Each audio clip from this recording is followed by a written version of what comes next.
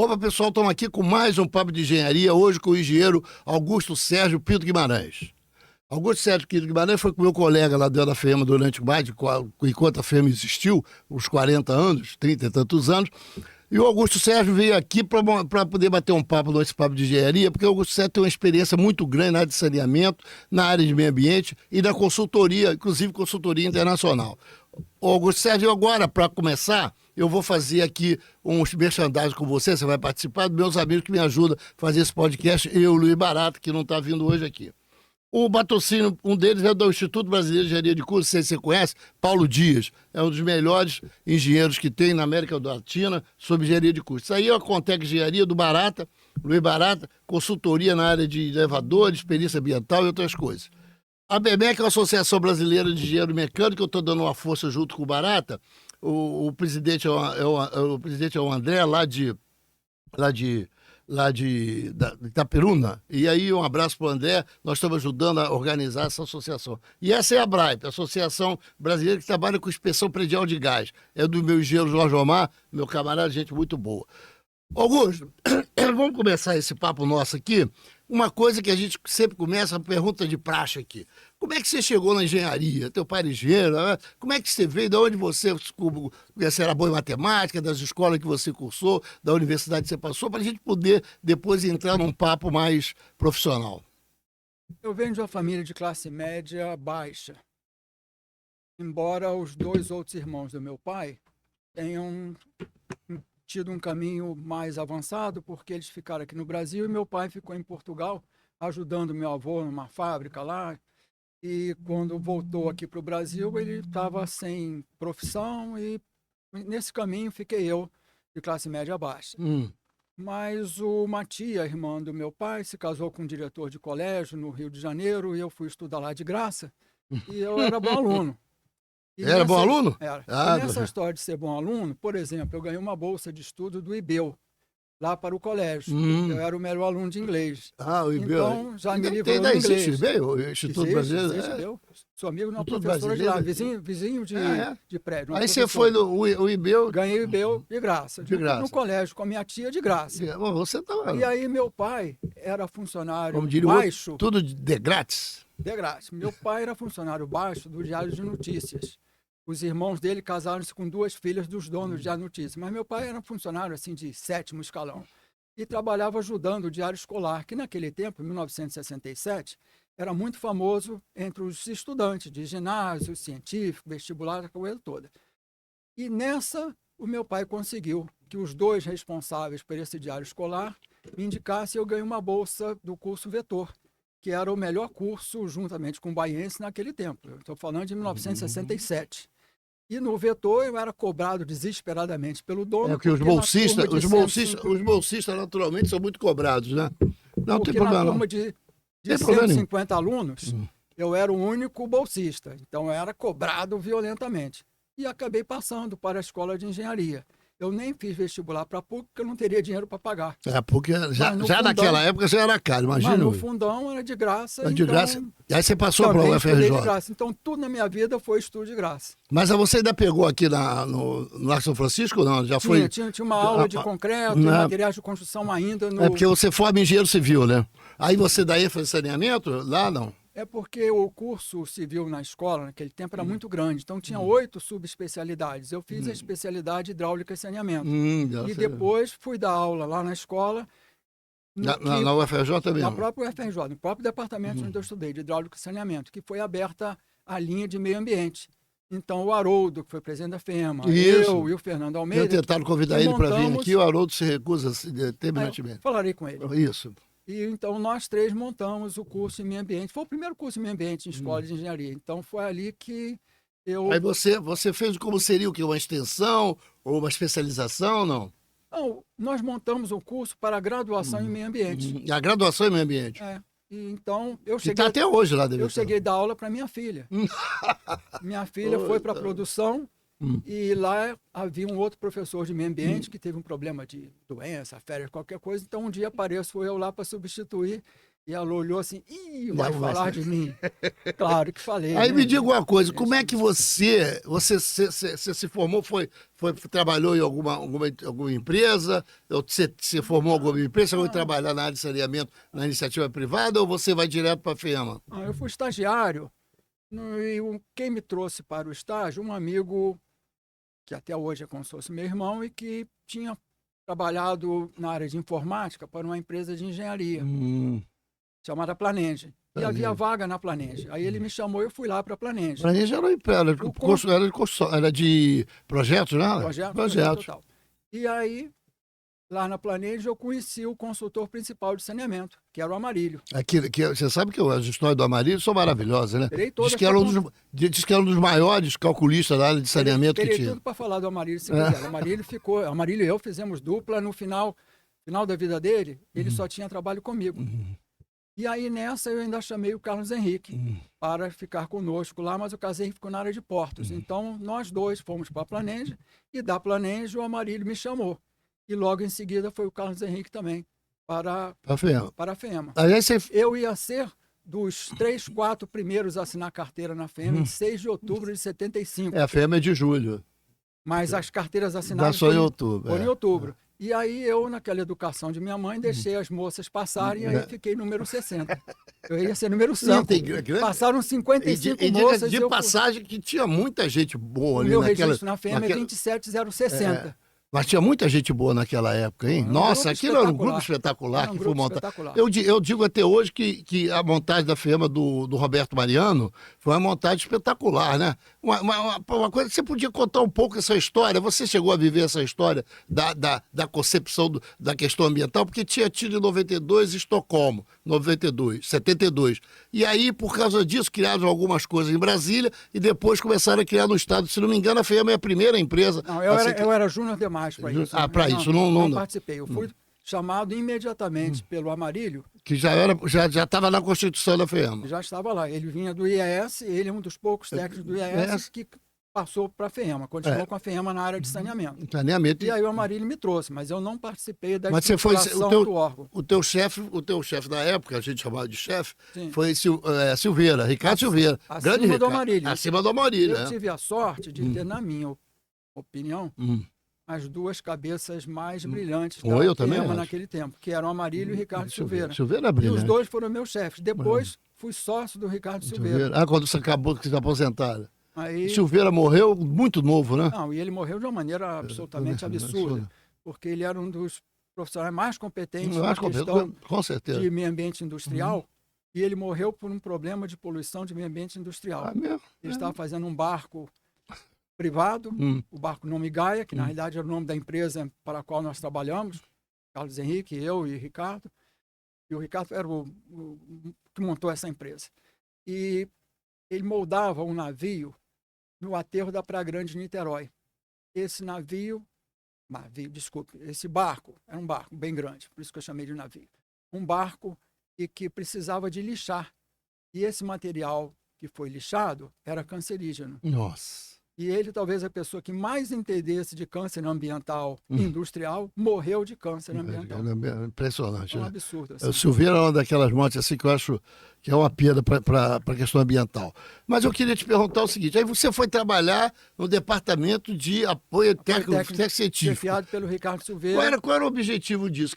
Já era saneamento, era meio ambiente? O que era lá? O Amarílio era um engenheiro de meio ambiente / saneamento, ou vice-versa. E o Ricardo Silveira era o chefe do Amarílio e o Amarílio meu chefe.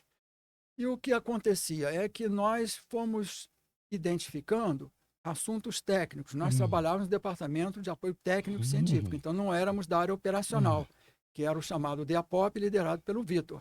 Então, era o cabeça pensante. Então, o que nós fazíamos era identificar temas e assuntos que pudessem ajudar a FEMA a construir ações operacionais com base naquilo que nós estávamos estudando.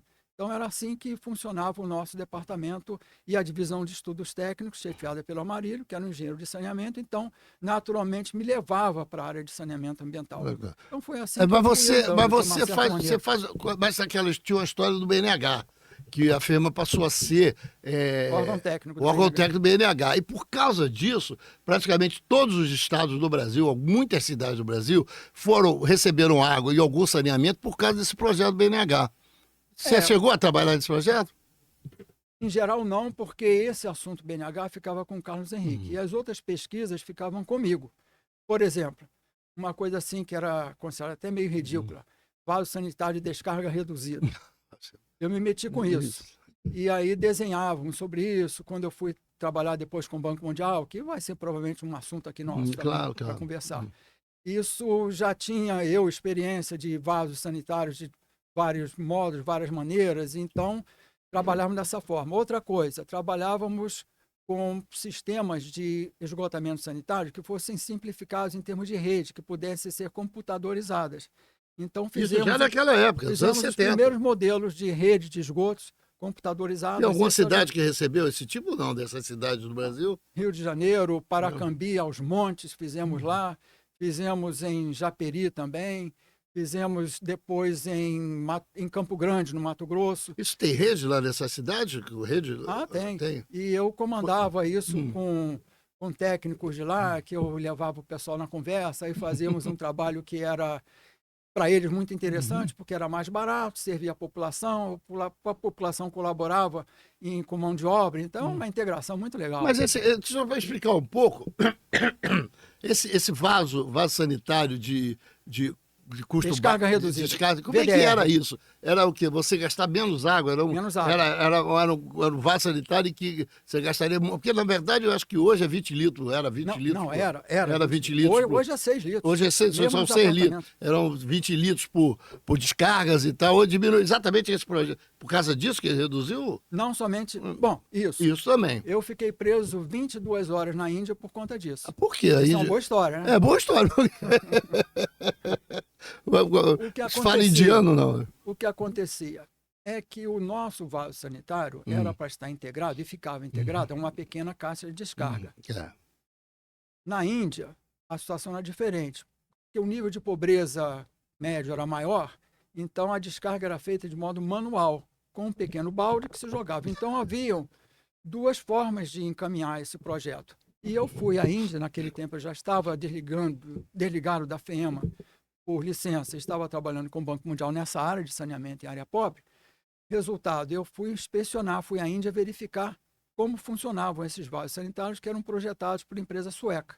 Mas os suecos seguravam um pouco a informação, então eu fui ao campo. E um dia desses, em que eu estava lá pela Índia no interior, eu fui a uma estação de conforto, como se chamava. No meio, assim, quase do nada, uma aldeia paupérrima, havia uma área que brilhava de noite. E aquilo chamava atenção. Desde que o avião aterrissou, já chamava atenção que viu uma área muito luminosa, que era por conta de que o material sanitário, o esgoto era manuseado e trabalhado para poder gerar energia, e essa energia provocava iluminação. Então aquela área da estação de conforto, que tinha 300 vasos sanitários, era a única iluminada permanentemente nessa pequena aldeia. E eu fui visitar no dia seguinte da minha chegada essa estação de conforto. E funcionava assim: o pobre do morador indiano entrava por um lado, ele recebia um sabonete, recebia uma pasta de dente, uma escova de dente, ia lavar o rosto, lavar a mão, depois ele ia tomar banho, depois ele ia fazer o seu cocô, o seu xixi, saía de novo lavando a mão e ia embora. Então esse era o circuito que ele fazia. Mas o vaso sanitário usado lá, que era o sueco, era um vaso de descarga manual. E eu fui querer saber como funcionava a descarga, a altura, quantidade de água, todas as características técnicas. Mas, sem saber, por inocência, por ignorância, esse trabalho era determinado apenas para as castas inferiores. A casta mais baixa era que fazia a limpeza de vaso sanitário. E quando eu pedi o balde de água para testar volume de água, altura, essa coisa toda de funcionamento do vaso manual, me disseram que era proibido, porque só um elemento de casta inferior. Aí eu mandei o cara pro cacete e fui fazer do jeito que eu queria, todo o teste hidráulico que eu queria. Demorou 15 minutos, depois de uns 30 vasos testados por mim, apareceram os policiais que eu tinha quebrado uma regra e tinha cometido um crime. E uma regra difícil, gravíssima, gravíssima, de anos, centenas de anos. E Isso por conta disso, podia ter dado uma coisa internacional, um eu fui problema preso. Eu fui preso. E eu ficaria preso até aguardar a formalização da denúncia. Tinha Por denúncia? uma... Mas ele Total. fosse preso como educativo, não? Nada. Nada. Eu fiquei na cana, fiquei atrás das grades. Por uma sorte, eu consegui passar um dinheiro que eu ainda tinha para um sujeito. Esse sujeito telefonou para o representante do Banco Mundial, que ficava a uns 50 quilômetros de lá. Ele chegou e Explicou. conseguiu me liberar às 11 da noite. Ou seja, eu fiquei mais ou menos das 6h30 da manhã até 11 horas da noite. Imagina, não fala preso indiano na e cadeia lá. fala indiano tem Na que cadeia fazer lá, por causa do vaso sanitário. por causa do vaso Ô, Carlos sanitário. Henrique, me diga uma coisa. Na firma, Augusto Sérgio. a firma, esse dimensionamento de coisa era dimensionamento de projetos, de coisa, de pensar uma redução da questão ambiental, foi que passou pelo DEATEC. O DEATEC era instrumentalizado para isso. Tive grandes pessoas lá, Tia Yara, Paula Avelino, Dora, e várias pessoas pensando nisso. E qual foi assim, além do vaso sanitário, qual foi assim algum. Porque a gente fazia muito Baía de Guanabara, Rio Paraíba, teve alguma coisa ligada a essas questões de Paraíba e Guanabara? Não? Eu me concentrei muito em redes de esgotos, Rede para de que esgoto. pudessem ser simplificadas, pudessem ser colocadas de maneira mais fácil para a população mais pobre e juntamente com o Amarilho, lá em Ponte Coberta, que pertence a Paracambi, um sistema de tratamento de esgoto com uma descarga de tal forma que funcionava apenas pela força hidráulica. E nós escrevemos um livro sobre isso. Meu, qual o Que nome? foi financiado pela Caixa Econômica e é um livro formal. Formal. Livro formal. E é sobre pequeno sistema de esgoto sanitário com ênfase nessa forma de tratamento usando apenas a força hidráulica, regime crítico de força hidráulica. E foi uma coisa assim, bem interessante, nós usamos em alguns locais aqui do Brasil e todos funcionaram. Então, deixa eu falar. funcionaram bem. Augusto, me diga uma coisa. Você fica na firma até quando, nesse primeiro momento? Eu fiquei até 1978. Em 78. Aí, o Você que ficou só aconteceu? 3 anos, né? O que aconteceu? O que aconteceu que... Não, foi um pouco depois de 78. O presidente já era o Evandro. Não, Evandro. E o Evandro era da ABS. Foi depois, o Evandro entrou em 79, quase 80. Isso que eu estou falando foi 80. 80 para 81. E o Evandro tinha um problema com um consultor inglês que estava trabalhando mais ou menos na mesma área dele, que era tratamento de esgotos, com lagoa de estabilização, e esse inglês tinha uma base lá em Campina Grande, na Paraíba. E ele veio ao Rio de Janeiro, procurou o Evandro não gostava dele, e ele também, eu acho que não gostava do Evandro, e ele foi visitar o Evandro como presidente. O Evandro, para se livrar daquela mala, me ligou e tinha boa Pediu para você relação com o atender. Evandro, disse assim, atende esse gringo aí que eu preciso me livrar dele e você teria condições de poder fazer um diálogo com ele, explicar o que você está fazendo, o que você pretende fazer, o que a firma pode fazer, coisa do tipo.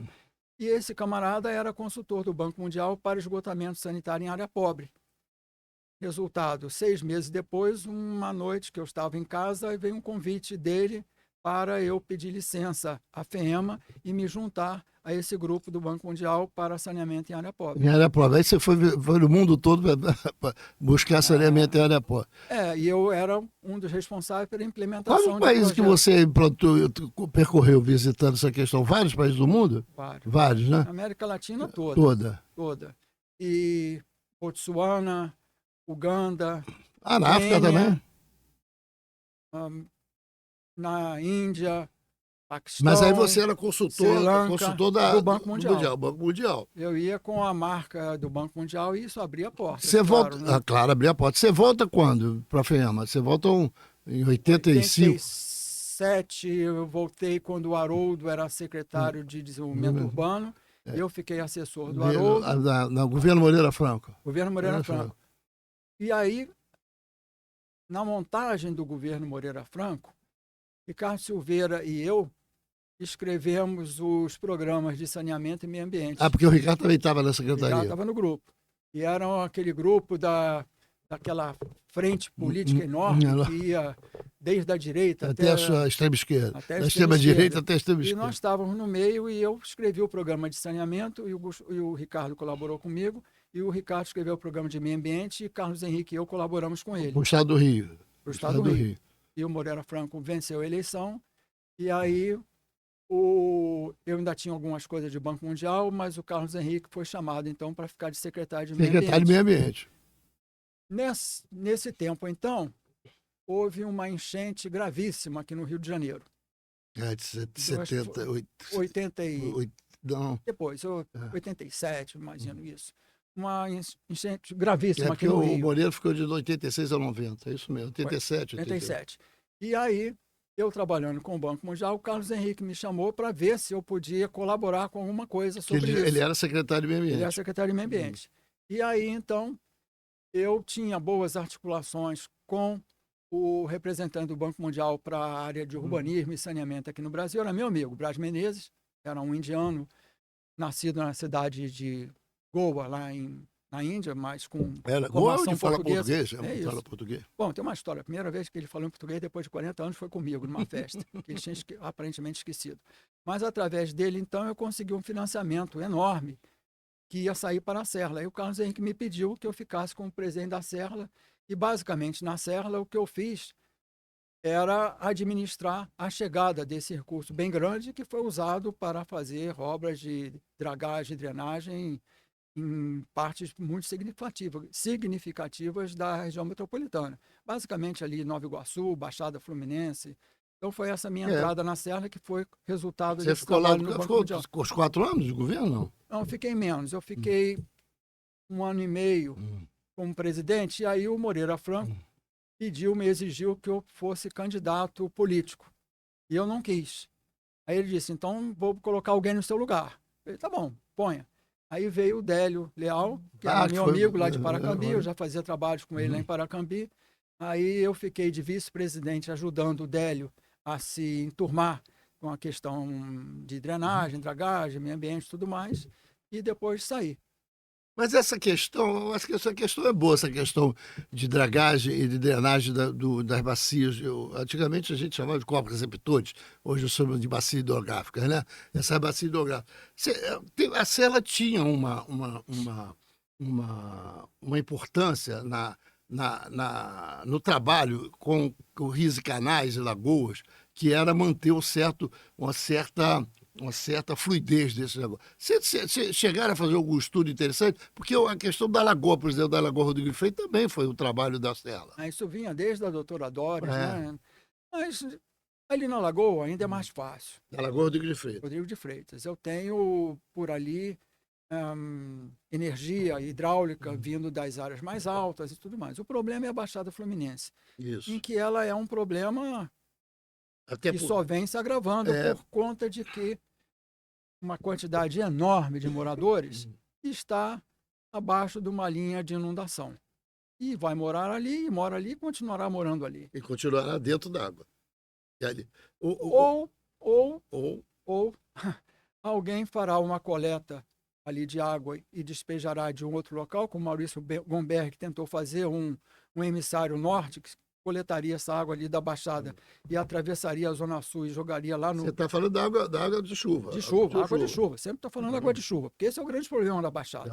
O esgoto é mais falta de vergonha na cara. Falta de vergonha de fazer. Eu vergonha também na cara. Vergonha Mas o de drenagem não. De drenagem é uma questão física. Física, é verdade. Até porque o Altamirano tem uma piada boa. Diz que um repórter perguntou ao era secretário, o que foi prefeito Salomão? do Rio de Janeiro. Não, foi prefeito do Rio, era arquiteto, foi prefeito do Rio. O Conde? O Conde, perguntou ao Conde qual era o problema da Baixada. Aí ele falou, olha, se não fosse Baixada, se fosse altada, não tinha água. Porque, na verdade, ocuparam terrenos de pântano. E aí, agora, é para tirar uma dificuldade. 2 soluções. Ou essa de canalizar esse... Fazer o interceptor na água? Fazer o interceptor e lançá-lo atravessando as montanhas e levá-lo para emissário ali por São Conrado, por esse jeito de se fazer, ou usando hoje, agora, existe muita tecnologia de tratamento de esgotos para tentar melhorar. Mas a outra possibilidade é fazer aquilo que Amarillo sempre pensou, um sistema holandês de polders, ou seja, de modo que se pudesse ter aquilo que se faz na Holanda, e ganhando espaço nas áreas que são inundáveis e avançando pelas áreas mais marginais da Você Baía acha- de Guanabara. Você como Isso custa dinheiro. Você acha que, como especialista, você acha que piscinões resolveria na Baixada, esses piscinões, ou que retém água, como Eles tem têm- na Praça da Bandeira? Eles teriam que ser muito grandes, mas É. esses piscinões padecem de um problema que é crônico no Rio de Janeiro e no Brasil, que é a falta de manutenção. É disso que os Eles São são Paulo ótimos- perderam um, né? Eles são ótimos para serem inaugurados, mas ali dentro fica sedimento crescendo e subindo de nível e certamente o dinheiro que se gastou para a implantação não é o dinheiro que se gasta para a operação e limpeza desse material sedimentado. Então os piscinões padecem de uma doença brasileira e gosta muito de projetar, gosta mais ainda de construir, mais ainda de inaugurar. Não. Mas de manutenção. Manutenção não dá voto, não Você dá. sabe que eu tive uma conversa aqui com o Cláudio. Gosling. Não, o geólogo. Cláudio. Ai, meu Deus, esqueci o nome do Cláudio. Ele foi presidente da Geotécnica, não, da Geotécnica. E o Cláudio dizia para mim o seguinte, assim, ó. Ele falava assim, ó, Petrópolis não tem jeito. Petrópolis é uma cidade que vai, periodicamente, passar por problema sério, tendo em vista a opção urbana que a Petrópolis fez. Você concorda com ele? Totalmente. É. Totalmente.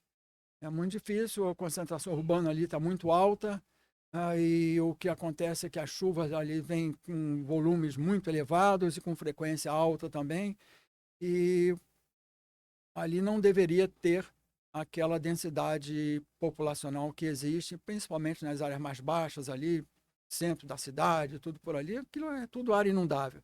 Tudo aquilo ali é área de expansão de calha dos riachos que tem por lá. Então, é uma situação que Petrópolis vai ter que conviver com isso até quando, não sei. Mas provavelmente, até em algum momento que aquilo se desenvolva muito, provavelmente esvaziar o centro da cidade e levar a cidade para locais mais altos, mais protegidos. Porque já tentaram isso, para Petrópolis também não tem terrenos planos que possam levar essa pessoa. Talvez possa usar outros municípios, levar a pessoa para outro município. Mas aí você sabe que aí entra uma coisa do ativismo, de que remoção, essas coisas complexas, mas, de qualquer maneira, nós temos que reconhecer, ou faz isso, ou cada vez nós vamos enterrar mais gente. Mas não é só o processo. Friburgo, Teresópolis, Miguel Pereira também sofre da mesma ocupação urbana desordenada. Mas Petrópolis tem aquela área central Petrópolis, ali, que é mais contundente. Ali, muito baixa, de densidade habitacional muito alta, e ali é um problema que há que se contar com São Pedro como secretário de obras lá, porque senão... Mas voltando para a Baixada, outro dia eu estava vendo o Canedo. Foi com meu colega de turma. O Canedo acho que era da COP, o Canedo. Foi meu colega de turma na escola de engenharia. Canedo estava dizendo. Ele me substituiu. Ele estava dizendo que ele é de uma empresa que estava falando sobre essa questão da Baixada Fluminense, da dificuldade que se tem de ocupação degenerada de locais não recomendados. E principalmente da manutenção, porque diz que tem um esgotamento, que toda hora que enche tem uma briga da bomba que não funciona, né?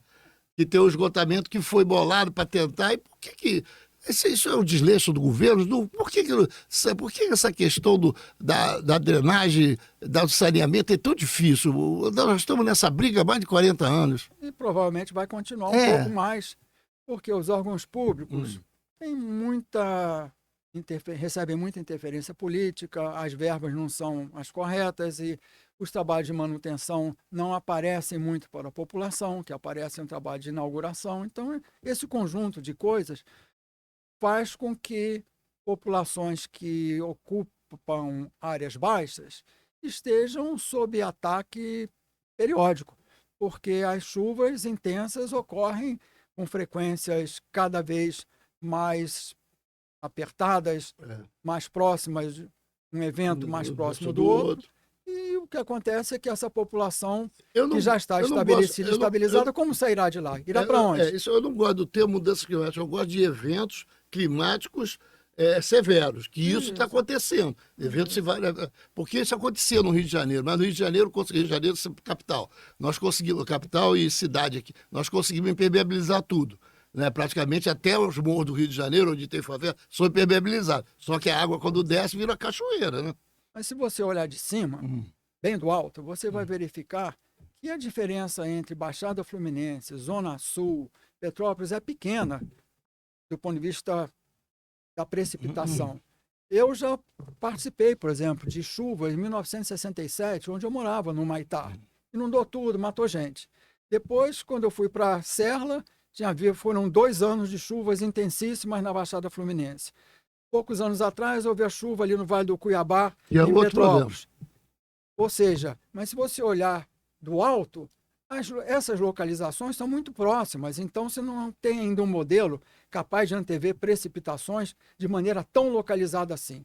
O que acontece é que quando a chuva cai dessa maneira, com essa precipitação desse tamanho, ou seja, não há situação organizada para conter a inundação. Mas, Augusto, até porque a população mora em áreas críticas. Você não é o primeiro cara de saneamento que eu converso aqui. Teve o Carlos Henrique, teve o Cláudio, que é do geólogo, teve o Wagner Winter, teve o Carlos Henrique, teve o geólogo. E a pergunta foi o seguinte: o Renato Espírito Santo. O Renato Espírito Santo foi presidente da SEDAI. Eu perguntei para ele assim: você é a favor ou contra a privatização da SEDAI? Ele falou: olha, eu sou a favor. Eu acho que a SEDAI tinha batido no teto. Não havia como a SEDAI melhorar muito a sua capacidade de articular coisas na área de saneamento, porque eu acho que já tinha chegado no ápice dela. Eu acho que foi uma coisa interessante. Eu perguntei o Wagner Winter, é totalmente diferente. Ele acha, como ele foi 8 anos presidente da SEDAI, o Renato Espírito Santo foi pouco, ele acha que a SEDAI ainda tinha muito que dar, que a SEDAI poderia continuar sendo uma empresa produtiva. Entendeu? E o que você acha? Essa questão da SEDAI, dessa concessão de água, você acha que você verifica que foi um bom evento? Nós achamos o caminho melhor do privatizar porque o Estado não deu certo? O que você acha disso, cara, o Augusto Sérgio? Acho que o modelo é bom, como vários modelos são bons. Esse modelo de concentrar a produção na SEDAI e a distribuição em empresas privadas, é que pode funcionar bem. A questão não é exatamente o tipo de modelo, mas sim como o modelo escolhido vai funcionar. Se para esse modelo houver recursos suficientes, recursos humanos, recursos materiais, recursos financeiros, se for possível conter de uma certa maneira, que ainda continua crescendo, a ocupação desordenada, principalmente nas áreas baixas, nós temos uma situação positiva que provavelmente pode até desconsiderar alguma forma institucional.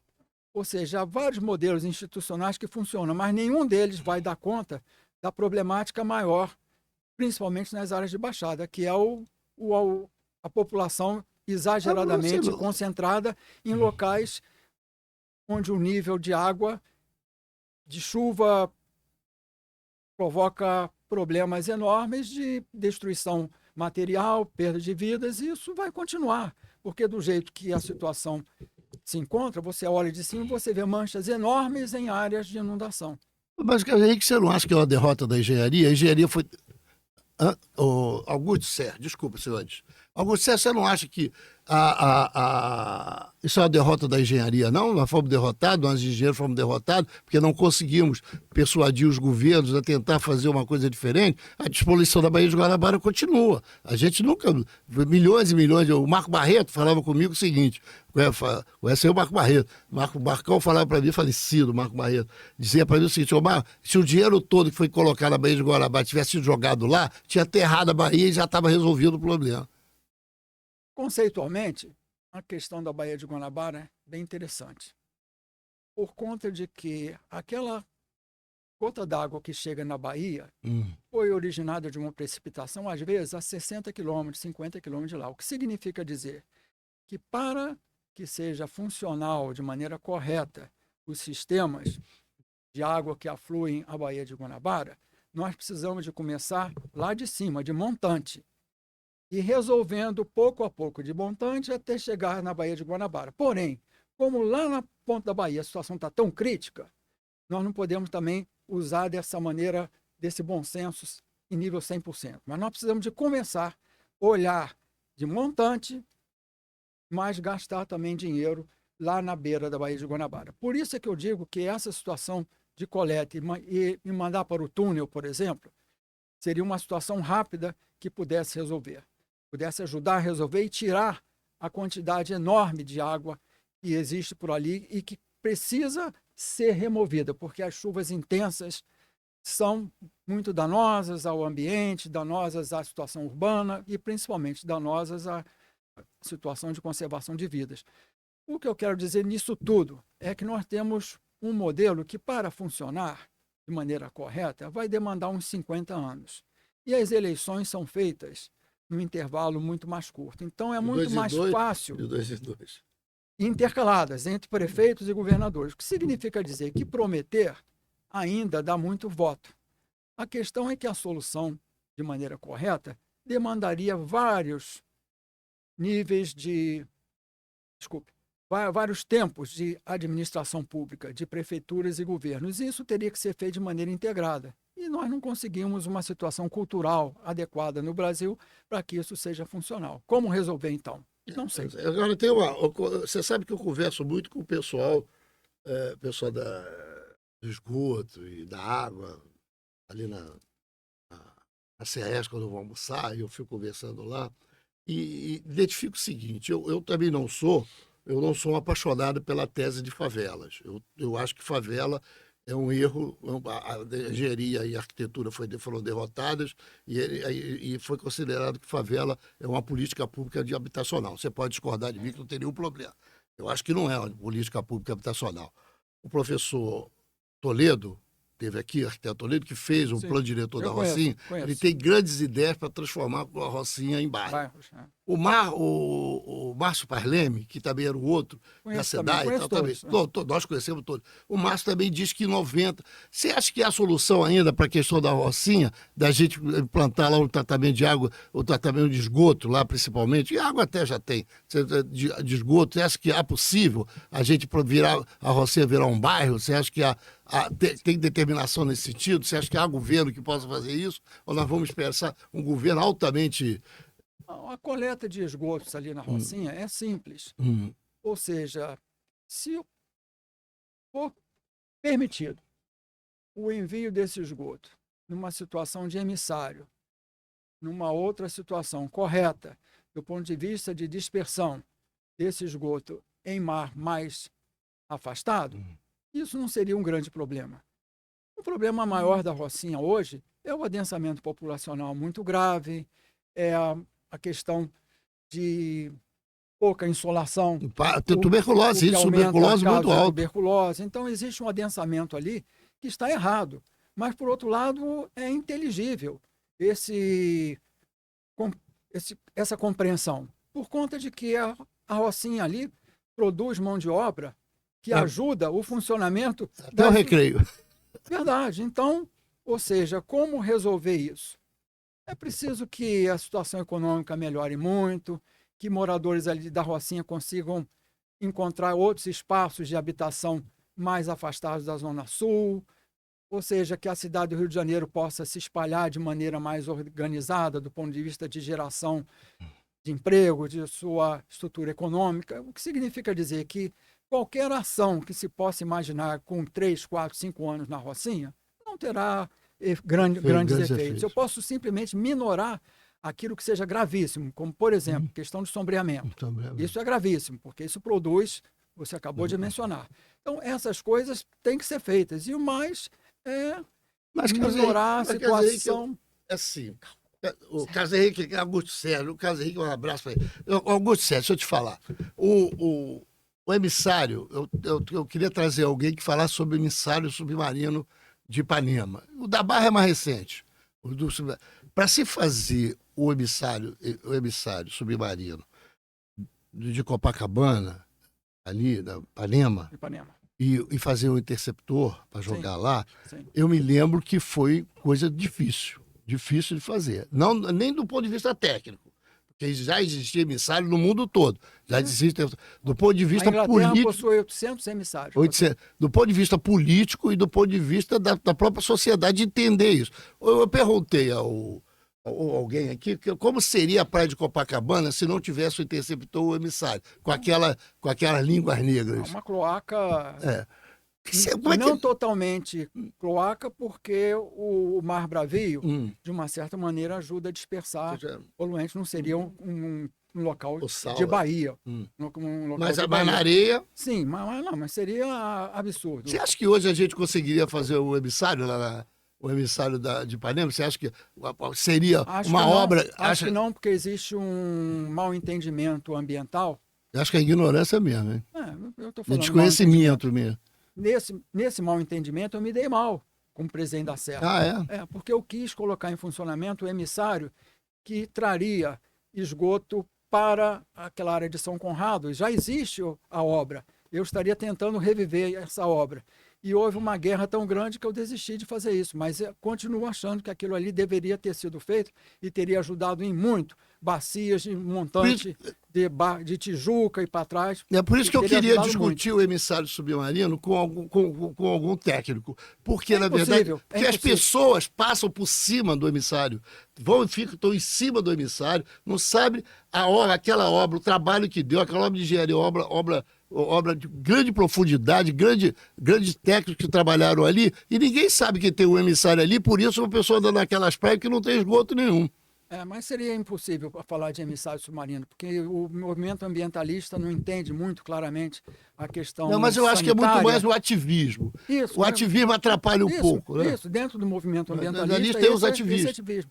Isso, por exemplo, impediu o emissário ali de São Conrado. O da Barra também levou 30 anos, porque tinha uma discussão do Evandro com o professor lá da UERJ, o Breno. Você lembra? Que ficou 30 anos, aí por causa disso, aí então não vamos fazer, e não fizeram porra E nenhuma. o de São Conrado tem a obra pronta, que está fechado lá, mas a obra está praticamente pronta, atravessando todo o maciço. Tem o emissário? Tem.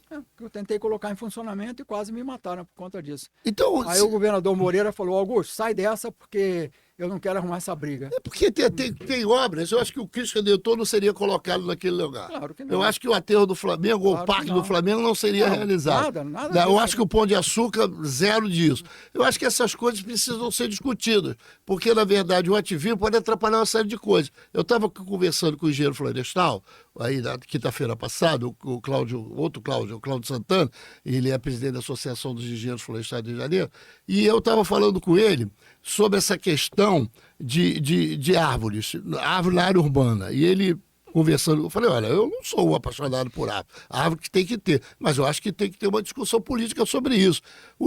A cidade do Rio de Janeiro, há 40 anos, faz reflorestamento. Aí você quer tirar 10 árvores e não pode? 10 árvores, pinheiro, ficus italiano, amendoeira, aquele outro que tem aquela bola, assim, negócio de macaco, não sei o que. Abricó de macaco. Abricó de macaco. Não pode tirar essa porcaria? Não, por que que... Então eu acho que tem aí uma discussão que precisa ser feita com a sociedade, não? Mas é muito complicado, por conta de que não existe um entendimento claro da importância de locais que têm que ser vegetados e da desimportância de alguns locais que são vegetados com espécies que produzem distúrbios no sistema urbano, com raízes, com a quantidade de frutas, como as amendoeiras, por exemplo, que entopem o sistema pluvial total. Eu moro numa rua que é assim. Então, há coisas que têm que ser rearrumadas, mas nunca estarão na prioridade, porque o caos urbano é tão grande que isso não vai ser colocado a engenharia em sanitária, ou a engenharia do saneamento, ou a engenharia ambiental, fica esperando, assim, nós ficamos esperando as catástrofes para provar que a nossa teoria é certa, é isso? Exatamente isso. É isso? Você sabe que a Ruth de Aquino, que é a escritora do Globo, o último que teve lá em Petrópolis, ela escreveu assim, em 1986, 85, eu estava em Petrópolis, houve também, caiu Petrópolis. E eu estava lá com um cara que é o editor de meio ambiente do Globo agora, Cláudio, alguma coisa, sou do dia do Cláudio. E ela escreveu no Globo. Eu estava lá, quer dizer, isso aconteceu em 80 e pouco, aconteceu em 90 e pouco, aconteceu... Mas a gente, vai acontecer. É porque a gente vive, a gente fica dos desastres e dos acontecimentos, das mortes, vamos chorar em cima dos cadáveres, olha o meio ambiente. É verdade. Mas é assim mesmo? Nós somos refém disso? Somos refém disso. Não adianta a gente criar a INEA, que é uma outra discussão, que a FEMA, o Isso é INEA... papel lateral, não tem importância alguma dentro dessa fenomenologia complexa que é a precipitação nessas áreas, que é uma situação histórica. E volto a dizer, pode precipitar em Petrópolis, pode precipitar no Vale do Cuiabá, pode precipitar na zona sul do Rio de Janeiro, mas se você olhar de cima, o movimento simplesmente faz com que a precipitação forte possa cair em algum lugar, num raio, de uns 100 quilômetros, é só uma nuvem para um lado ou para o outro. É questão de sorte ou azar, é uma questão absolutamente fora de controle. A questão de Porto Alegre, que eu discuto muito, a questão de Porto Alegre... É outra história. Não, mas ali também tem um descaso com a questão de manutenção, porque aquela cidade já está embaixo do nível do mar. Já em 33 os caras já identificaram que estava... Por que se lembra da cidade americana que ficou cheia, encheu e não morreu ninguém? A cidade, qual é o nome? Só morreu o cara que era tetraplégico e ficou em casa e acabou. Porque essa coisa da questão sanitária, ambiental e saneamento é uma coisa que ser diária, não é isso? O que se tem que fazer nas áreas mais planas, como é o caso de Porto Alegre, esse sistema de comportas é espantosamente positivo. Na realidade, o que aconteceu foi uma incúria completa das administrações municipais que deixaram comportas sem funcionar. Então, na hora que elas precisavam funcionar, não funcionava e a água entrou. Houve uma conjugação de maré alta com precipitação muito elevada e... Isso tem nos Países Baixos há milênios, lá na Holanda, Bélgica. Os polders holandeses, o Amarilho gastou provavelmente 1 ano da vida dele, se somar todos os textos que ele falou sobre os polders holandeses, que seria uma solução para a Baixada Fluminense anos atrás. Mas haveria que se tentar impedir esse afluxo de pessoas que veio muito grande por conta do Rio ser capital, geração de empregos elevada aqui no Rio de Janeiro. Então, era isso. Mas a situação da Holanda sempre foi assim, um grande modelo. Se você olhar como a Holanda conseguiu avançar dentro do mar de maneira segura, com os polders ali preparados para bombear na hora que for necessário. Várias cidades do mundo são abaixo do nível do mar e utilizam esse mesmo processo. Polders, já em Porto Alegre não funcionou, pô. Não funcionou por incúria administrativa, porque havia comportas claramente mal mantidas. E na hora que é necessário que elas fossem baixadas, elas não baixaram, não funcionou, então a passagem de água foi total. Então, e aquela questão é crítica, né? Porque as cidades que estão ali na entrada daquela Lagoa dos Patos ali, estão quase todas elas abaixo do nível do mar, né? É uma área crítica ali. A importância de você visualizar isso o tempo todo, acompanhar o tempo todo isso, é importante. Augusto, aqui, só uma outra coisa, por que a Lagoa Rodrigo de Freitas foi solucionada? O que houve na Lagoa? Tiraram os esgoto? Porque a Lagoa diz, eu morria peixe, todo vento morria peixe, água fria morria peixe, água quente morria peixe. Como é que a gente conseguiu resolver aquilo e não consegue resolver mais nada? Uma coisa interessante. O que foi? Um milionário, nem precisa dizer o nome dele aqui, mas ele resolveu aceitar um pedido que havia sido feito a ele por algum conhecido, eu não sei muito bem essa história, mas precisa ser recomposta, em que havia uma quantidade enorme de despejos irregulares na bacia da Lagoa Rodrigo de Freitas, despejos esses que iriam para o sistema pluvial e não iam para o sistema de esgoto sanitário. Então, o que acontecia é que havia uma contribuição irregular e clandestina permanente para a Lagoa Rodrigo de Freitas. E o que esse recurso fez foi colocar uma substância que, em contato com o esgoto, ficava em cor vermelha. E aí, o responsável por esse trabalho ia olhar na saída dessa habitação, dessa casa, desse prédio, se esta saída estava colorida para o sistema de esgotos sanitários ou para o sistema pluvial. Quando estava para o pluvial, erradamente, então era feito um conserto. Isso foi feito em toda a bacia ali da Lagoa Rodrigo de Freitas, praticamente toda. Somente não foi feita numa área, no Horto, porque havia um político lá que se achava dono do pedaço e proibiu disso ser feito. Então é o único local que está errado ainda naquela bacia. Mas o que acontece é que a concentração de esgoto sanitário baixou espantosamente na lagoa. Isso provocou uma melhoria também espantosa na qualidade de água e que nós vemos o que acontece hoje.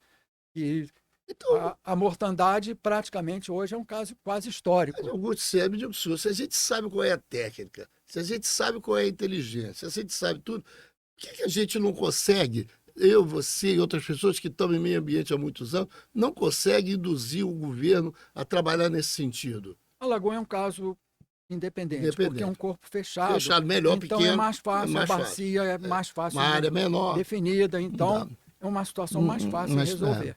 As outras situações, num caos urbano como é o nosso, com milhões de habitantes espalhados para tudo que é lado, há uma necessidade de se fazer uma abordagem que extrapola completamente os prazos políticos.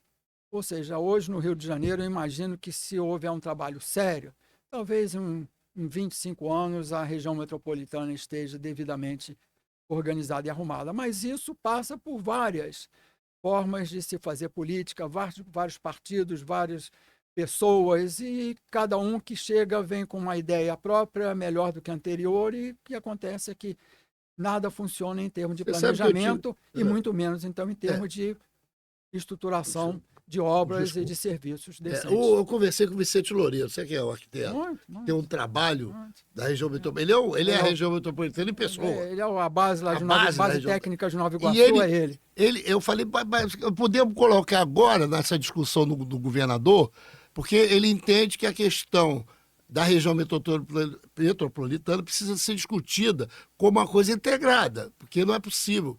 Aí eu falei, qual é a maior dificuldade que você tinha? Ele falou, a maior dificuldade que eu tive quando eu fiz aquilo, era fazer o prefeito entender e fazer os vereadores entenderem que havia necessidade de um determinado estudo metropolitano, e eles não deixavam, eles tinham medo de uma ingerência do Estado no município para poder fazer algum tipo de projeto com solução. Posso dar um exemplo? Claro.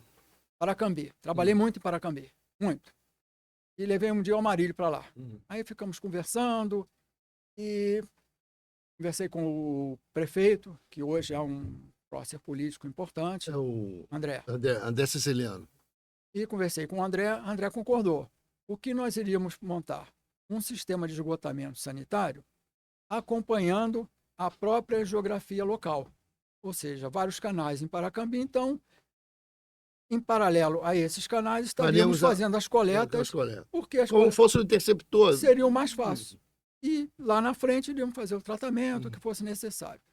Tudo certo? Iríamos pendurar esses interceptores ao lado das margens dos canais, para que não houvesse escavação, para que o sistema ficasse mais barato, ou seja, ficariam expostas essas tubulações e coletando o esgoto das casas vizinhas. Tá bom, isso seria completamente fora dos padrões, negociei com a Caixa Econômica, negociei com tudo, a coisa estaria pronta para se fazer, para se montar uma estrutura, Fundação CESP estava dando dinheiro, estava numa lógica perfeita. Dentro daquilo que nós conseguimos montar, iria ser assim, um modelo de Paracambi para explodir. Aí começou um tempo em que as conversas foram diminuindo, reduzindo. Aí um dia o André, de quem eu gosto bastante, me dou muito bem com ele, André me chamou. Posto, vem aqui na minha casa. Vamos lá, para a casa dele lá, ficamos conversando.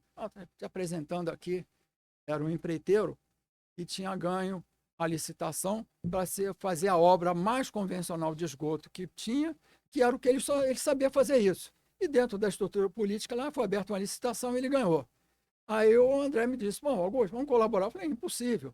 O que ele vai fazer? Ele vai fazer uma buraqueira na cidade, e que foi chamado lá em Paracambi de metrô do Cocô. Todos lá conhecem até hoje a história do metrô do Cocô. Então, o que acontece? Foi montado dessa maneira. Então, é uma lógica diferente. Enquanto essa lógica do consultor que não quer pensar e do empreiteiro que quer fazer os buracos lá para... Porque ele quer executar a obra. Isso. E ele vai faturar aquilo que ele sabe fazer, não é nem por maldade, é mais por ignorância técnica.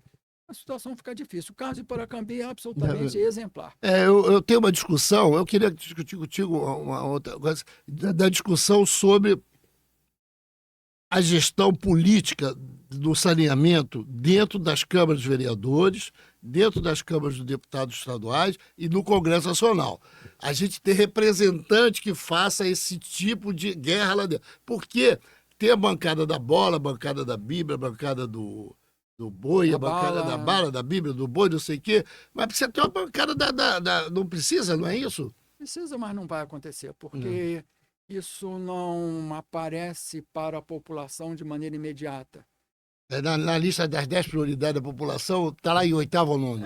Tá de reclamar, mas para organizar e fazer uma estrutura dessa que você está falando, que é a correta, volto a dizer, nós precisaríamos, principalmente nas cidades maiores, uns 20, 25 anos de progressos Processo continuados continuado. dentro de uma abordagem inicialmente estruturada e com realizações para e passo e avançando à medida que se vá conquistando mais setores saneados. Mas isso toma tempo. E o primeiro político que vier a posteriori vai dizer que há buraco demais e que ele vai fazer outra coisa, e aí o que estava com a proposta desiste e continuamos dessa maneira. Augusto Sérgio, deixa eu te falar uma outra coisa que eu acho que Eu sou pessimista, já notou. Né? Não, pessimista sobre. Não, mas é que eu sou que eu acho que a engenharia ligada ao saneamento e hidráulica está mais ligada aos desastres, entendeu? Porque tendo desastre a gente consegue vender ideia.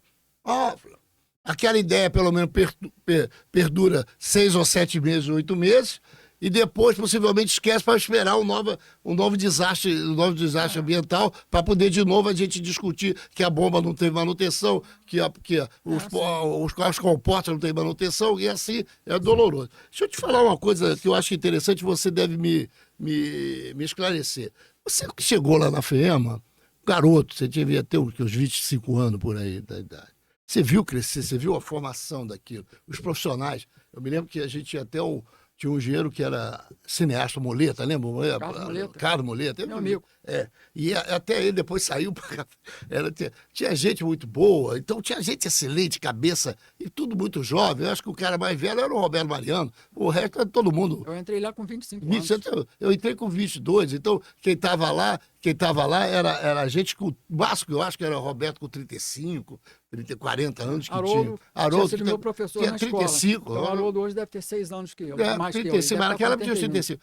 Você acha que eles acabar com a FEMA e criar o INEA, não sei se você sabe o que o INEA faz, eu nem sei, o INEA faz tanta coisa, porque a gente quando foi para lá, a gente queria criar, a gente tinha a ideia de pegar a CELA, pegar o IEF, pegar a FEMA, fazer um órgão de cabeça para estudar a questão do Estado, a questão ambiental.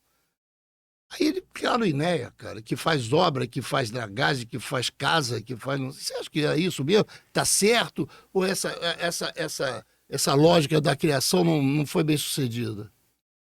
Houve uma lógica muito bem pensada, mas que no último momento quase foi subvertida e foi derrotada, de tal modo que aquilo que se imaginava que o INEA viesse a ser uma estrutura de excelência, mas com poder, isso demandaria também salários de uma forma diferenciada. E na hora que estava o INEA praticamente pronto para ser lançado, houve uma discussão política sobre um eventual privilegiamento do INEA na questão salarial. Uma coisa ridícula. Pegou no salário? Exatamente, exatamente. E aí o que acontece? Aquilo que seria difícil de a legislação aceitar, mas o governador inicialmente tinha dito que iria bancar a montagem de um órgão de excelência com situações que eu mesmo estava até participando com meus contatos no Banco Mundial, que estava a fim de dar força para que esse órgão de excelência tivesse uma força estadual, e no final nada disso aconteceu e foi derrotado, na minha opinião, fragorosamente na questão salarial.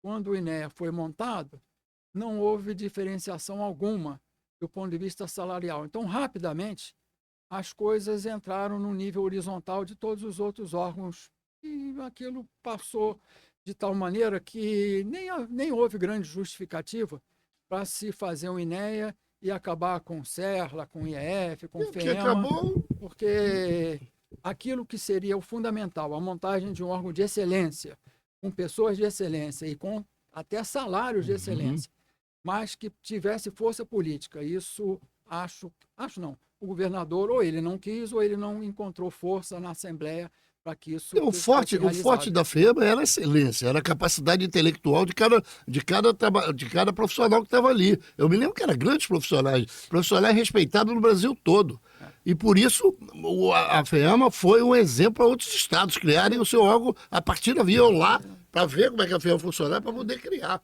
Isso. Agora, esse jeito que foi criado, até hoje eu não identifico a questão ambiental com a questão de saneamento dentro do INEP. Parece que é uma coisa meio louca. Perdeu a forma, ficou um monstrengo. Eles criaram uma coisa, ficou um monstrengo.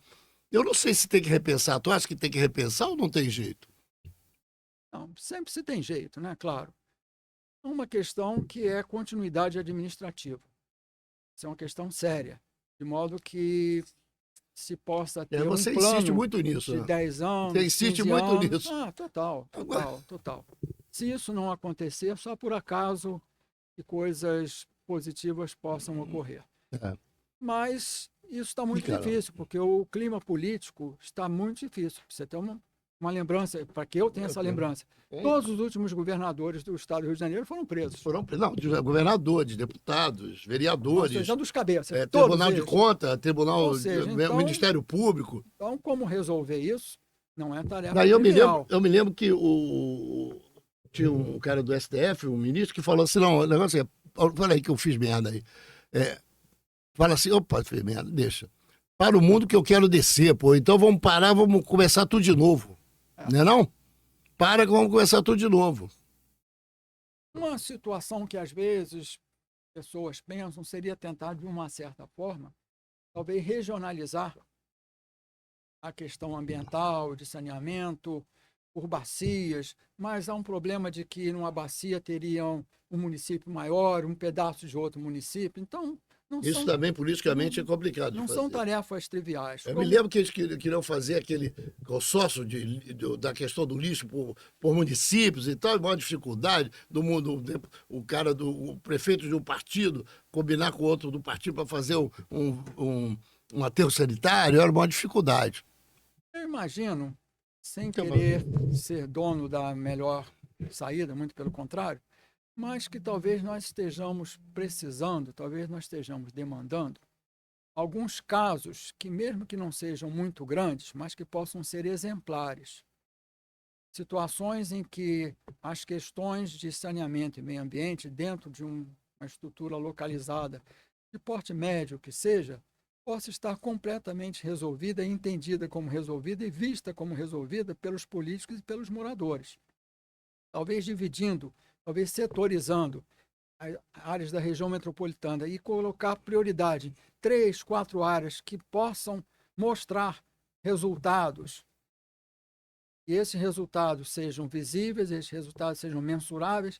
Quem sabe isso pudesse gerar outras perspectivas de se aumentando a escala. Porque a situação está tão grave que imagino eu que vindo de montante para jusante, quem sabe pudéssemos mostrar à população algumas coisas. Está vendo como isso aqui funciona bem? Como isso dá certo? Não pode dar certo, por exemplo, em encher de estação de tratamento, como era o PDBG antigo, querendo encher de estação de tratamento de esgoto, se o esgoto não era coletado. Não era coletado. Ou seja, então, até fizeram a alegria levou muito. Acho que agora que está com algum percentual alto. Então, A alegria é uma coisa ridícula, recebia esgoto nenhum. Então, saindo dessa coisa ridícula, eu imagino que talvez fazendo estruturas de porte médio que sejam funcionais, de modo total, que isso possa mostrar para a população, para os políticos, que há uma saída. E essa saída significaria dizer recursos mais organizados que precisam de uma estruturação, de uma articulação, saneamento, meio ambiente e urbanismo. Por conta de que as populações, por outro lado, se isso não ocorrer, não vier a ocorrer, vão continuar invadindo as áreas que ainda estão possíveis de invasão. Quase sempre áreas críticas do ponto de vista ambiental. Quase sempre áreas ou de baixada, ou de muita altitude, ou muita inclinação. Menos muita altitude, muita inclinação. Então, vivemos nesse drama. Eu lembro do Amarília, eu lembro do Dr. Fausto Guimarães. Dr. Fausto, naquela época, o Dr. Fausto falava para a gente assim, na palestra, falava assim, olha, que 80%, ele fala, não sei se o número é esse hoje, 80% das doenças é por poluição, é por via hídrica. 80% da doença é via hídrica. E ninguém morre porque engoliu coliforme. Então não adianta que não tem não tem no atestado de óbito, morreu por digestão de coliforme. Então isso não é uma preocupação. Então, se não é uma preocupação, isso jamais será uma prioridade, porque isso não é medível. Existe a palavra que você pode medir. Mensurável é melhor. Mensurável. Não tem como ser. Então, daí, esses caras, como o doutor Fausto, doutor Amarílio, doutor Vitor Coelho, né? Ricardo Silveira, essas pessoas que eram liderança, eu acho que hoje falta desse tipo de coisa. Só Benito,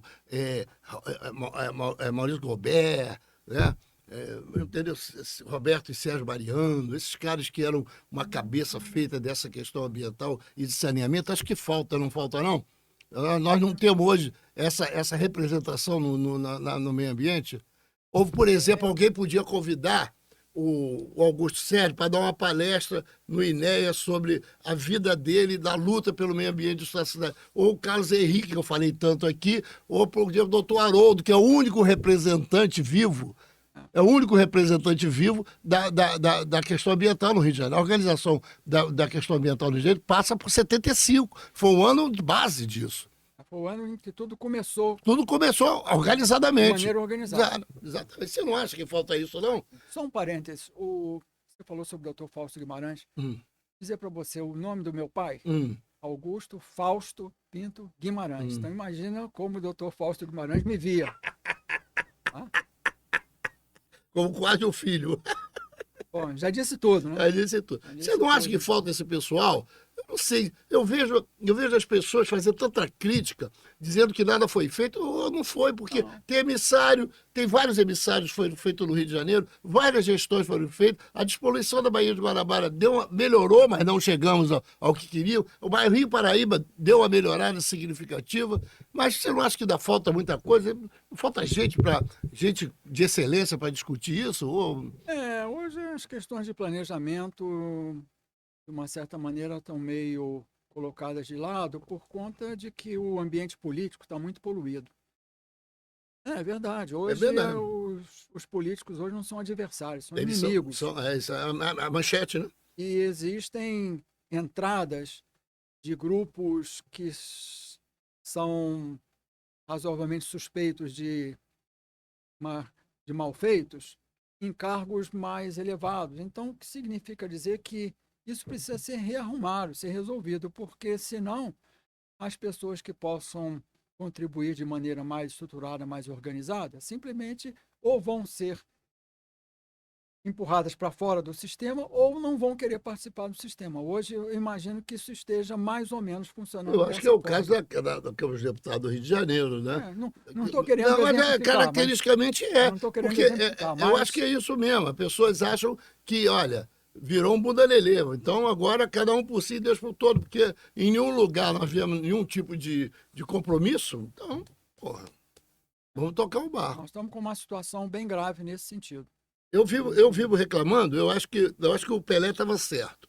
Lá atrás, quando quiseram sacanear o Pelé. O Pelé disse que o pessoal não sabia votar. Aí caíram na porrada dele, Pelé. O Pelé. Porra, como é que não sabe? Mas eu acho que essa tese, fazendo essa tese com o Pelé, essa teoria do Pelé, foi uma coisa que hoje o pessoal vota e depois eles acham que eu cumpria com a minha parte de votar. Agora, quem é eleito, foda-se, não quero nem saber, pô. Aparentemente a situação ainda está um pouco pior, porque aparentemente também, repetindo a palavra, existem grupos que estão invadindo o setor público de maneira estruturada para, entre aspas, fazer o mal. Então, aparentemente houve um salto negativo aí de qualidade com relação às estruturas institucionais. Então isso é muito sério, isso é muito grave. Como resolver isso? Com a legislação atual, a gente tem uma hora... Eu reclamo como morador, como eleitor, mas não sei como... Uma hora e 10 minutos que a gente está conversando. Você acha que nós fomos pessimistas demais? Ou nós fomos técnicos demais? Ou você acha que isso é uma coisa que está mal discutida, está mal resolvida e a gente precisa finalizar alguma coisa, para você encontrar um caminho? Não sei. Nós estamos pessimistas demais aqui na nossa conversa? Ou isso é o retrato fiel que está acontecendo no estado do Rio de Janeiro ou na cidade do Rio de Janeiro? Acho que sim. Se você olhar hoje do Rio de Janeiro, por exemplo, para a região sul, São Paulo, para baixo, você vai ver que lá há problemas sérios, porém, você pode imaginar ali um futuro à frente dos moradores. E aqui nós não estamos conseguindo ver isso. Você falou coisa séria. São Paulo já está com o metrô quase a 1.000, e aqui nós ainda estamos com míseros 40 quilômetros, e lá já tem 200 e pouco. A estrutura socioeconômica, cultural desses estados para baixo, com todos os problemas que você pode imaginar, mas você olha e verifica que ali existe perspectiva de se entender como serão os próximos passos. Aqui nós não estamos conseguindo saber disso.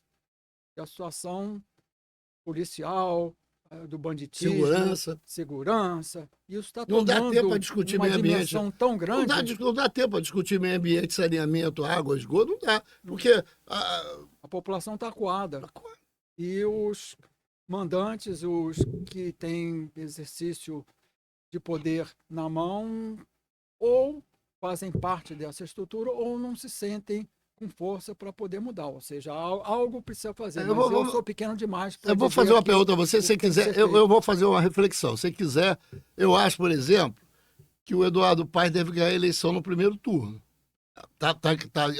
Tudo está indicando nesse sentido.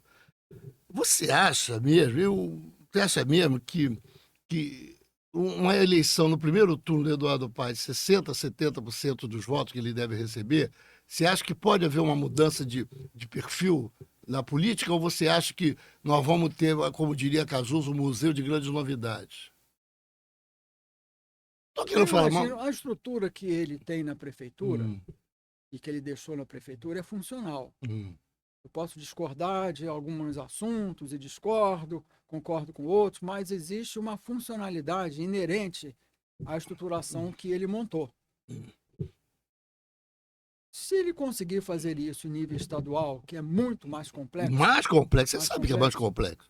E ele poderá, se houver boa vontade por conta dele, de entender que a situação é gravíssima e que ele possa, eventualmente, passar 4 anos fazendo poucas coisas, apagando incêndios, estruturando e tentando pensar já na reeleição dele, porque nos primeiros 4 anos, pouco ele vai conseguir fazer, porque ele vai ter que desfazer muito. Antes de fazer, ele vai ter que desfazer. Então, isso, politicamente, às vezes é difícil, porque daqui a 4 anos vai haver uma eleição e ele vai precisar ganhar. Se ele não tiver feito nada, vão cobrar dele. Ele falou, mas eu fiquei o tempo todo organizando. Isso. Então, temos esse problema também. Porque nós vamos terminar já, Augusto. Eu queria te dizer o seguinte, que isso é verdade, que você insistiu várias vezes que a falta de continuidade nos projetos, nas propostas, nos planos, isso é um dos problemas graves que tem. E lá no Ceará, por exemplo, você sabe que o Ceará é zero de analfabetismo. Zero de analfabetismo. Por quê?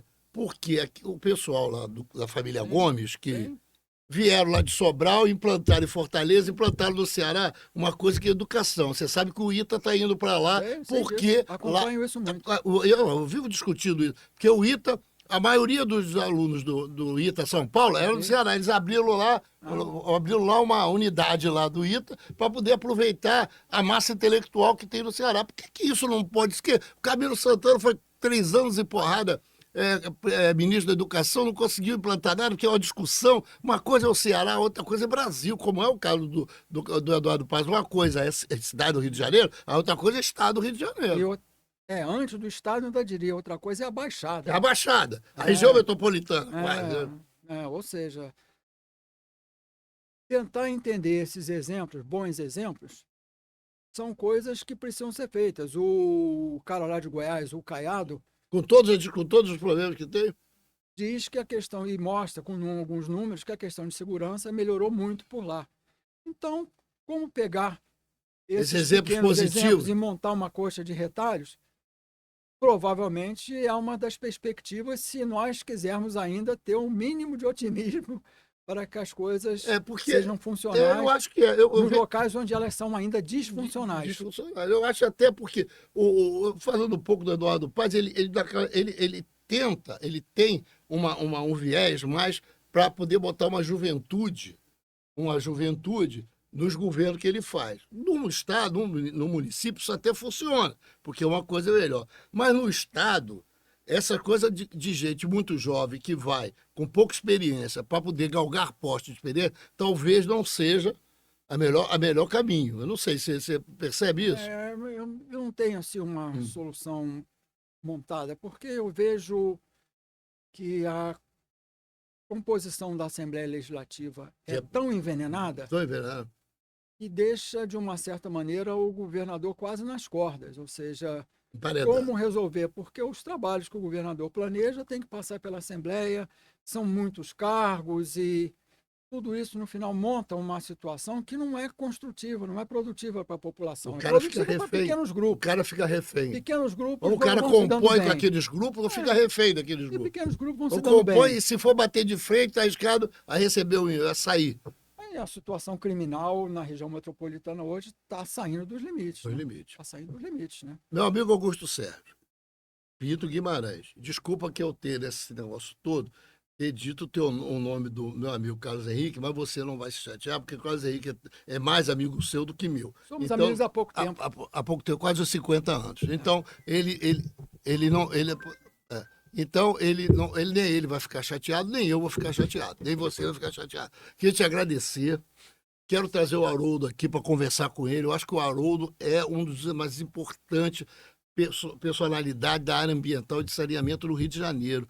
Ele começou isso tudo. Foi ele que começou. Eu acho que eu tenho ligado para ele, mas ele se recusa a me atender ao convite. Bom, Me quer atender, que eu fale com ele? que eu gostaria. Então, de Bom, público aqui... Meu projeto de fim de curso na Escola de Engenharia foi feito com o Haroldo, Isso. trabalhei com o Haroldo Tem uma na experiência... FEMA. Quando fui ao Pinuma, quando ele era do Pinuma, eu trocava informações com ele sobre Fluminense. Ele é tricolor. Então, como eu fazia? Eu mandava o telex sobre um assunto qualquer, embaixo eu escrevia, Para cá. sem pontuação, de modo que ninguém pudesse entender. Fluminense ganhou de 1-0 com gol de Manuel e mais um pênalti roubado.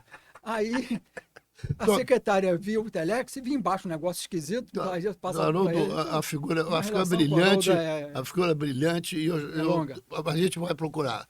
Augusto, desculpa. Agradeço. Alguma coisa, sempre foi um prazer. Nós conversamos aí quase 1 hora e 15 minutos e eu acho que falamos de tudo. Tem alguma coisa que nós não falamos, que você escreveu aí? Não? Não, aquilo que eu escrevi de maneira separada foi abordada de maneira conjunta. E eu fico contente e satisfeito aí desse papo. Mas podemos marcar outros, né? E estaria à disposição. Trazer você e o Carlos Henrique aqui para a gente bater um papo sobre um diálogo bom, melhor. Vai ser bem produtivo. Obrigado, Augusto. Um abraço e ensinar você boa sorte. Um abraço.